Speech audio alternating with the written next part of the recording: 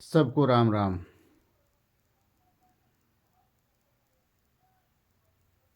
कैसे हैं आप लोग? हमें पूरा विश्वास है आप सभी लोग कुशल मंगल से होंगे। आप लोगों की कुशल क्षेम के लिए उस प्रभु श्री राम से निवेदन करता हूँ जो प्रभु श्री राम राजनीति की कुर्सी जिताने के लिए माता सीता, भैया लक्ष्मण, शत्रुघ्न एवं भरत को छोड़कर अकेले आए हैं और उन्हें बीजेपी वालों ने लाया है। लोग ठीक ही कहते हैं कि खुली औरत और खुला पैसा अगर कहीं दिख जाए तो लोग कि तो उसको लूट लेते हैं कि तो उसका तमाशा बना देते हैं। ठीक वही हाल प्रभु श्री राम जी के साथ हो रहा है। आज प्रभु श्री राम जो त्रिपाल के अंदर थे, जो हमने कई बार देखा जाकर, वो प्रभु श्री राम आज कहाँ हैं उसका कोई पता नहीं।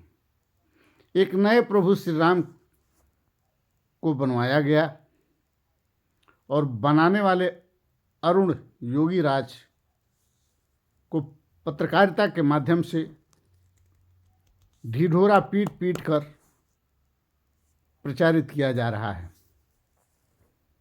और त्रिपाल में पड़े श्री राम, जिनकी रक्षा करने के लिए पूरे उत्तर प्रदेश की पुलिस, अधिकांश पुलिस उनकी सेवा में दिन रात लगी रहती थी और जब लोग जाते थे तो उनका मोबाइल, चप्पल, जूता यानी सभी झोला बैग जमा करा लिया जाता था। तब उस त्रिपाल में जाकर प्रभु श्री राम का दर्शन लोग करते थे और उस प्रभु श्री राम को ये लोग कहाँ छिपा दिए, कहाँ रख दिए, कुछ पता नहीं। एक नए प्रभु श्री राम की स्थापना किया गया और अपने मन के पत्थर से, अपने मन के अनुसार प्रभु श्री राम को हाथ पकड़कर मंदिर तक पहुंचाया गया। अपने मन के अनुसार कभी गिद्धों का चमत्कार, कभी भालू का चमत्कार, कभी सर्फ का चमत्कार, कभी अश्वत्थामा का चमत्कार, कभी खाटू श्याम जी का चमत्कार, कभी हनुमान जी का चमत्कार और कभी प्रभु श्री राम जी का चमत्कार दिखाया गया। और 22 जनवरी के बहुत पहले से और 22 जनवरी के बहुत बाद तक दिखाया जा रहा है। खुशी की बात है, अयोध्या में दूसरे प्रभु श्री राम आ गए, टाट और त्रिपाल वाले श्री राम हटा दिए गए, मंदिर भी उस जगह नहीं बना, किसी अन्य जगह बना। हमने सुना है, लोग बता रहे हैं कि उस स्थान से 3 किलोमीटर या कुछ दूरी पर बना है प्रभु श्री राम का मंदिर।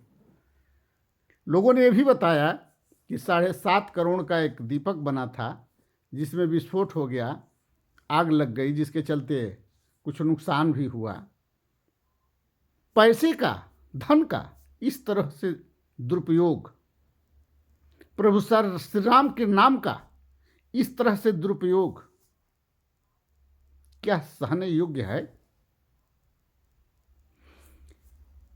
पीएम केयर फंड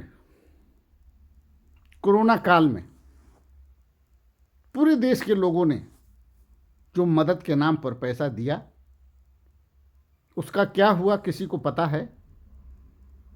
और प्रभु श्री राम के नाम पर कितने चंदे आए, कितने सोने गहने, असरफी, चांदी, सोना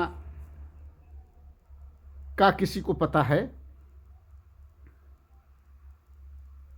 प्रभु जी का प्राण प्रतिष्ठा भी हो गया, मंदिर का उद्घाटन भी हो गया, जबकि मंदिर बनने में भी बहुत दिन लगने वाला है।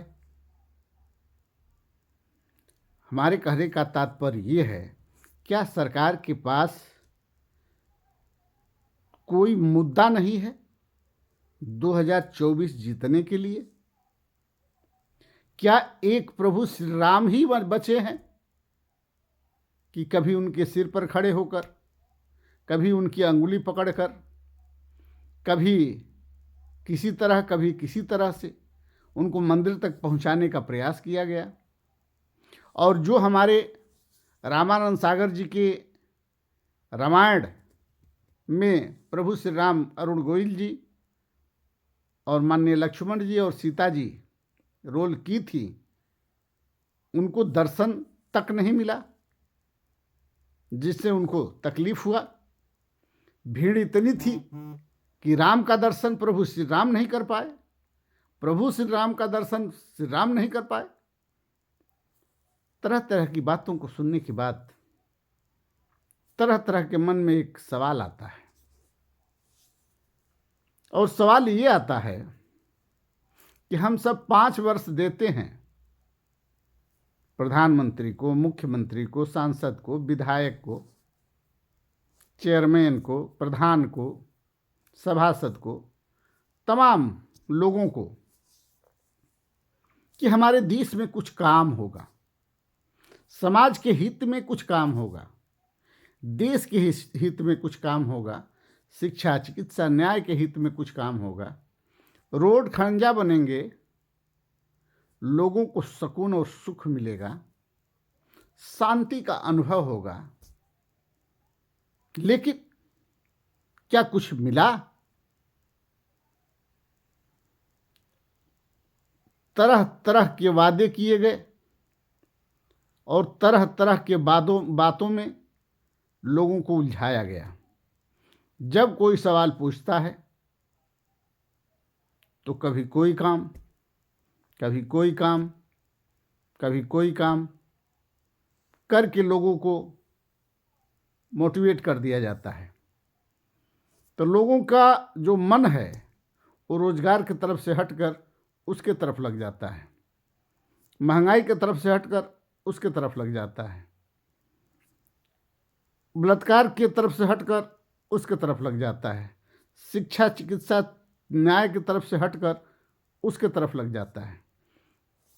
आज 10 वर्षों में आप लोगों ने देखा होगा एक एक चमत्कार हो रहे हैं, और सभी चमत्कार जो वादे किए गए थे उसको ढकने के लिए किए जा रहे हैं, क्योंकि कोई मुद्दा नहीं बचा है जिसे सरकार चुनाव जीतने का प्रयास कर सके या चुनाव जीत सके। 2-3 मुद्दे हैं। एक तो सीएए है, दूसरा प्रभु श्री राम, दूसरे प्रभु श्री राम हैं, और तीसरा ईवीएम है। तो प्रभु श्री राम तो आ गए, सीएए आने वाला है, और ईवीएम हटने वाला है या हटाने वाला है। लेकिन सरकार जिस प्रकार मंदिर बना दी, प्रभु श्री राम लाला को विराजमान कर दी, पूंजीपतियों को आने जाने का रास्ता खोल दी, पूंजीपतियों के लिए जमीन जायदाद आवंटित कर दी, और गरीबों के झोपड़ी उजाड़े गए, तोड़े गए, और अपने लोगों को जीवित रखने का रास्ता साफ किया गया, जो हमको सुनने में आ रहा है। हम देखने नहीं गए हैं, जो कुछ हम सुन रहे हैं वीडियो के माध्यम से, टीवी के माध्यम से, मोबाइल के माध्यम से, उसी पर हम चर्चा कर रहे हैं। जो पेपर वाले, मीडिया वाले देश में विकास की बात करने के लिए रखे गए हैं या सवाल पूछने के लिए रखे गए हैं, वो दिन रात एक ही चीज़ दिखा रहे हैं कि आज जटायु प्रकट हो गए, आज जामवंत पैदा हो गए, आज लक्ष्मण पैदा हो गए, आज अश्वत्थामा पैदा हो गए, आज खाटू श्याम पैदा हो गए जमीन फाड़कर, आज प्रभु श्री राम की जो मूर्ति बनी थी वो अपना रंग बदल दिए, असली श्री राम के नाम रूप में हो गए। आज हनुमान प्रकट हो गए, वो प्रभु को दर्शन करने के लिए उनके गर्भगृह तक पहुंच गए। तमाम भारतवासियों को, तमाम समाज के लोगों को, तमाम रोजगार विहीन लोगों को, तमाम झेल रहे महंगाई वाले लोगों को इन बातों में उलझाया जा रहा है। और ये तब तक उलझाया जाएगा जब तक चुनाव नहीं हो जाएगा, क्योंकि इसके अलावा कोई मुद्दा है ही नहीं। जैसे 2014 झूठ बोलकर जीता गया, 2019 झूठ बोलकर पुलवामा हमला पर जीता गया, और 2024 प्रभु श्री राम के नाम पर, सीएए के नाम पर और तरह तरह के बातों से जीतने का प्रयास किया जाएगा। जो वोट नहीं देगा वो राम भक्त होगा नहीं, जो वोट देगा वही राम भक्त होगा। तो अधिकांश लोग सोचेंगे कि हम तो राम भक्त हैं, हम तो बीजेपी को वोट देंगे, और अधिकांश लोग सोचने से डरेंगे कि हम प्रभु श्री राम को लाने वाले को वोट क्यों रह दे। आज तक प्रभु श्री राम को किसने लाया? कोई नहीं लाया, और जो लाया है उसको हम वोट देंगे। मतलब एक प्रभु के नाम पर एक ऐसा माहौल बनाया जा रहा है। ये सत्य है कि अन्य पार्टियां, अन्य सरकारें फैसला आने के बाद भी इतनी हिम्मत नहीं जुटा पाई जितनी हिम्मत हमारे प्रधानमंत्री जी ने जुटाया। ये भी सत्य है कि 1949 में मूर्ति रखी गई। ये भी सत्य है कि बीजेपी के कुछ नेताओं ने उसका विरोध भी किया। ये भी सत्य है कि राजीव गांधी ने ताला खुलवाया। ये भी सत्य है कि बीजेपी वालों ने मस्जिद गिरवाया। और ये भी सत्य है कि मोदी जी मंदिर बनवा रहे हैं। फैसला वही है, दोबारा फैसला वही आया है, लेकिन काम हो रहा है। उस फैसले पर पिछली सरकार काम नहीं कर पाई, इस फैसले पर यह सरकार काम की, और किसी ने कुछ नहीं बोला, किसी ने कोई विरोध नहीं किया, जबकि उस समय फैसला आने के बाद बहुत लोग इसका विरोध किए थे। तो किसी काम को करने के लिए हिम्मत भी चाहिए, हौसला भी चाहिए, जो इस पार्टी के पास है। और उसी हौसला और उसी पावर के कारण आज यह पार्टी माला माल है। इस पार्टी में पैसा लगाने से कोई हिचक नहीं रहा है। इस पार्टी के किसी भी काम में चंदा देने से कोई हिचक नहीं रहा है।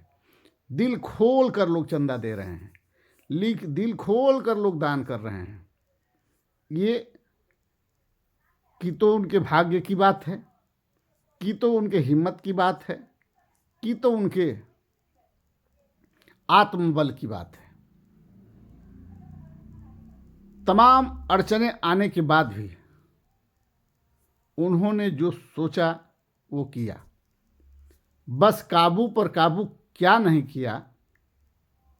महंगाई पर काबू नहीं किया, बेरोजगारी पर काबू नहीं किया, बलात्कार पर काबू नहीं पाया, भ्रष्टाचार पर काबू नहीं पाया, दुराचार पर काबू नहीं पाया, झूठ और लूट पर काबू नहीं पाया, और शिक्षा न्याय की महंगाई पर काबू नहीं पाया। ना ही तो सरकार ने राम मंदिर भी बनवाया, दूसरे राम लला की स्थापना भी करवाई। पुराने वाले सरकार के जो राम थे उन राम को बैठाने से इनकार किया, उन राम को छोड़ दिया, पता नहीं कहाँ छोड़ा, लेकिन अपने नए राम जी का आसरा दिया। और 370 हटाए, उसका फ़ायदा हुआ नहीं हुआ वो बाद की बात है, लेकिन समाज के बीच में मीडिया के माध्यम से इस दोनों बात को इस तरह से दिल में बैठाने का काम जो इस सरकार ने किया, इसके लिए जितना ये पैसा खर्चा किया, चाहे हमारा, चाहे समाज का, चाहे देश का, पिछली सरकार हिम्मत नहीं जुटा पाई और अपने किसी भी काम को गिनवाने के लिए इतने पेपरबाजी और इतने मीडियाबाजी कभी नहीं की, इसलिए वो विफल रही। उसने समाज को महंगाई के बोझ से निजात दिलाने के लिए सब्सिडी अपने वहन करती रही, लेकिन इस सरकार ने आई और सब्सिडी समाज को दी कि सब्सिडी समाज सहे, हम क्यों सहें, और ऊपर से जीएसटी भी लगाई, अन्य टैक्स भी लगाई और पैसा जोंक की तरह चूसने लगी। और इतना चूसी कि समाज तो सिकुड़ गया, लेकिन सरकार बढ़ गई। और सरकार इतनी बढ़ी कि जो सरकार 70 वर्षों में धन इकट्ठा नहीं कर पाई, ये 10 वर्षों में कर ली। जो वो 70 वर्षों में जमीन इकट्ठा नहीं कर पाई, ये 10 वर्षों में कर ली। जो वो 70 वर्षों में महंगाई नहीं दे पाई, ये 10 वर्षों में दे दी। जो वो 70 वर्षों में पेंशन छीनने का काम नहीं की, ये 10 वर्षों में छीन ली। जो वो 70 वर्षों में किसी का रोजगार और रोटी नहीं छीन सके, इन्होंने 10 वर्षों में छीन लिया। और जो वो 70 वर्षों में संस्थान वगैरह जो बनाए थे, उनकी जितनी निशानियां थी, ये 10 वर्षों में उस निशानियों को मिटाने का भरपूर प्रयास किए, ताकि पिछली सरकारों का कहीं नाम और निशान न रह जाए। फिर भी पूरा समाज राममय है, पूरा समाज इनकी बातों में मछली की तरह फंसा हुआ है और मुसलमान चारा का काम कर रहा है। जो सवाल पूछता है वो देशद्रोही है, वो समाजद्रोही है, लेकिन जो सवाल नहीं पूछता है वो इनके लिए सर्वोपरि है और उनके लिए सारी कुर्सियां खाली हैं। इसलिए हम समाज से कहना चाहेंगे कि आपको जिसको उचित लगे उसको जिताइए, जिसको उचित लगे उसको कुर्सी पर बिठाइए, लेकिन इतना ध्यान जरूर रखिए कि अपने अड़ोस पड़ोस जो लोग भी हैं, जो आपसे गरीब हैं, उनको उठाने का प्रयास कीजिए, क्योंकि सरकार अब आप सबको उठाने नहीं आएगी। उसको उठाने के लिए प्रभु श्री राम हैं। आप अपने अड़ोस पड़ोस के लोगों को उठाने का प्रयास करें और आपसे जो बड़े हैं वो आपको उठाने का प्रयास करें और जो उनसे बड़े हैं वो उनको उठाने का प्रयास करें। हम एक दूसरे को उठाने का प्रयास करें, क्योंकि सरकार को उठाने के लिए प्रभु श्री राम आए हैं। हम लोगों को उठाने के लिए हम ही लोग को आगे आना पड़ेगा। प्रभु श्री राम हम लोगों के लिए मुक्ति का साधन है और सरकार के लिए कुर्सी का साधन है। इसलिए हम लोग मुक्ति के लिए उन्हें याद करें, लेकिन अपने रोजी रोटी के लिए हम अपना कर्म करें, क्योंकि बिना किए 2 जून की रोटी नहीं मिल सकती है, नमक नहीं मिल सकता है। जिस नमक के लिए गांधी जी ने क्या क्या किया कि नमक सस्ता मिले, लोग नमक रोटी भी खा सकें, वह नमक भी आज बहुत महंगा हो गया। तो अन्य जो खाने वाली वस्तुओं पर जीएसटी लगी है वो हट जाए तो उत्तम है, लेकिन सरकार नहीं हटाएगी, क्योंकि इतना कुछ मिलने के बाद, इतना कर्ज लेने के बाद, इतनी सब देश से पैसा आने के बाद भी जब सरकार को कर्जा लेना पड़ रहा है तो सरकार कहीं न कहीं पैसे का दुरुपयोग कर रही है या सदुपयोग कर रही है। राजा राजा होता है, प्रजा प्रजा होती है। सवाल पूछना हम लोगों का हक नहीं है, लेकिन सवाल पूछना चाहिए। आप लोगों को जो उत्तम लगे, जैसे हम भक्तों का कहना है कि अगर 500 भी तेल होगा तो हम लोग वोट देंगे, 1000 भी तेल होगा तो हम लोग वोट देंगे। खाने को नहीं मिलेगा तब भी वोट देंगे, सड़क पर रहने को मिलेगा तब भी वोट देंगे, तो हम कहना चाहेंगे कि आप वोट दीजिए, लेकिन जो बच्चों के ऊपर कर्जा चढ़ता जा रहा है उस पर भी ध्यान दीजिए। इसी सब बातों के साथ ये कहना चाहूँगा कि नफ़रत बुरी है न पालो इसे, नफ़रत बुरी है न पालो इसे, दिल में खलिश है निकालो इसे। नफ़रत बुरी है न पालो इसे, दिल में खलिश है निकालो इसे। यह वतन, यह भारत, यह देश आज गणतंत्र दिवस है, सबका है, सबका है। 26 जनवरी है, सबका है। संभालो इसे, संभालो इसे, संभालो इसे। नहीं तो इन नेताओं के चक्कर में हम लोग आटा की तरह पीस जाएंगे, नेता नेता ही रह जाएंगे, हम आटा बन जाएंगे और रोटी बनकर इनके पेट में चले जाएंगे। इस पर ध्यान देना होगा। इसी सब बातों के साथ कहना चाहूँगा कि हमारे वीडियो को अधिक से अधिक लाइक शेयर सब्सक्राइब कीजिए और बेल आइकन को ज़रूर दबा दीजिए, क्योंकि मैं मरने से पहले अपनी बात समाज के बीच में रखना चाहता हूँ, ताकि हमारे आने वाली पीढ़ी कर्जा में डूबने से पहले उसके माता पिता जाग सकें और हमारे बातों को ध्यान में रखते हुए सुंदर, सुशील और पढ़े लिखे सरकार लाने में सहयोग कर सके। जय हिंद, जय भारत, जय सर्व समाज।